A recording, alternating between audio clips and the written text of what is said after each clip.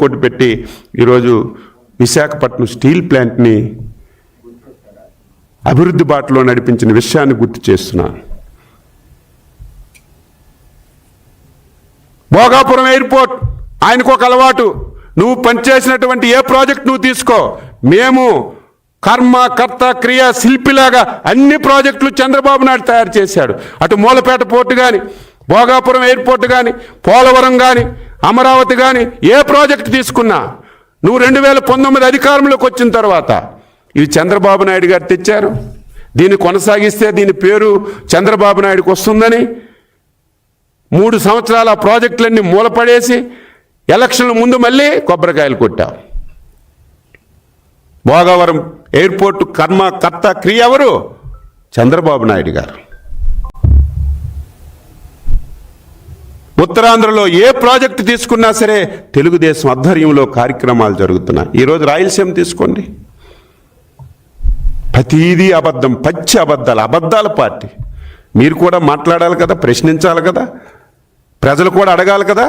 రాయలసీమలో lift irrigation project మేము వచ్చిన తర్వాత లిఫ్ట్ ఇరిగేషన్ ఆపేసామని నిస్సిగ్గుగా మాట్లాడుతుంటే, దాని మీద ఒక యాజిటేషన్ చేస్తుంటే ప్రజలు అర్థం చేసుకొని అడగాలి కదా. ఎవరే లిఫ్ట్ ఇరిగేషన్ ఎప్పుడు ఆగిపోయింది? ఎవరు గవర్నమెంట్లో ఉన్నప్పుడు ఆగిపోయింది? నువ్వు ముఖ్యమంత్రిగా ఉన్నప్పుడు ఆ ప్రాజెక్ట్ ఆగిపోతే ఈరోజు మేము ఆపేమని చెప్పి నిస్సిగ్గుగా మాట్లాడుతాం. అబద్ధాలు, పచ్చి అబద్ధాలు, మాట్లాడితే అబద్ధాలు తప్ప ఇంకొకటి లేదు. ఈరోజు మేము వచ్చామే 2200 కోట్లు 18 మాసాల్లో రాయలసీమ ప్రాజెక్టులకు ఖర్చు పెట్టాం. హంద్రీ గాలేరు నగరి, ఈరోజు కుప్పం వరకు నీరు తీసుకెళ్తున్నాం. ఏది మీరు తీసుకున్నా సరే 18 మాసాల్లో అన్నీ మనం తెచ్చి ఈ రాష్ట్రాన్ని అభివృద్ధి బాటలోకి నడిపిస్తుంటే దుర్మార్గంగా ప్రాంతాల మధ్య విభేదాలు పెట్టాలని నువ్వెందుకు మీ నాయకులకే పిలిచి అడుగు. నువ్వు పెట్టినటువంటి మావిగాన మీద ఒక్కడైనా మెచ్చుకుంటాడా? దీన్ని డైవర్ట్ చేయడానికి నానా విధాల ప్రయత్నం చేస్తున్నాడు. మేము గతంలో జరిగిన పొరపాటు మళ్ళీ చెయ్యం. 2014-19 పెద్ద పొరపాటు చేశాం. ఆ పొరపాటు ఏమిటంటే 2014-19 దేశంలో మన రాష్ట్రంలో జరిగిన అభివృద్ధి సంక్షేమం ఎక్కడా జరగలేదు. చేశాం, చేసింది చెప్పుకోలేదు.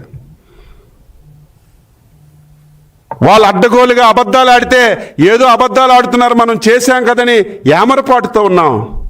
అవన్నీ నువ్వు నిజాలుగా మార్చావు. ఈసారి నీకు ఆ ఛాన్స్ ఇవ్వమే, ఛాలెంజ్ చేస్తున్నావు. ఎక్కడికైనా నువ్వు రా. మొన్న మూలపేట వచ్చారు, ముందు రోజే నేను మొత్తం పిక్చర్ అంతా చూపించాను. మళ్ళీ ఎల్లుండి మేమిద్దరం కూడా వెళ్తున్నాం అక్కడికి. నువ్వు వచ్చేసరికి 20% పనులయ్యే, మేము వచ్చి 75% పనులు చేశామని చెప్పి స్పష్టంగా చెప్తే దాని మీద అబద్ధాలు, ప్రతిదీ అబద్ధాలు. ఈసారి మీరు ఏది మాట్లాడినా ప్రజలకి స్పష్టంగా అర్థమైనట్టుగా చెప్పి మీ బండారాన్ని తప్పనిసరిగా బయట పెడతాం. మీరు ఈ రాష్ట్రంలో ఉండడానికి అర్హత లేదు. ఇంతకంటే ప్రధాన అంశం ఏముంది?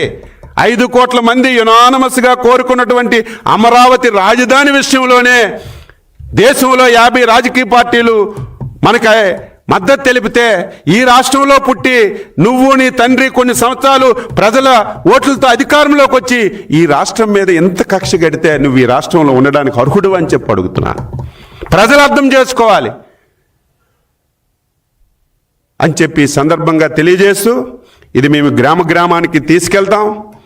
అమరావతి అనేది ఒక రాజధానిగా ఉంటుంది, ఆర్థిక వనరుగా తయారవుతుంది.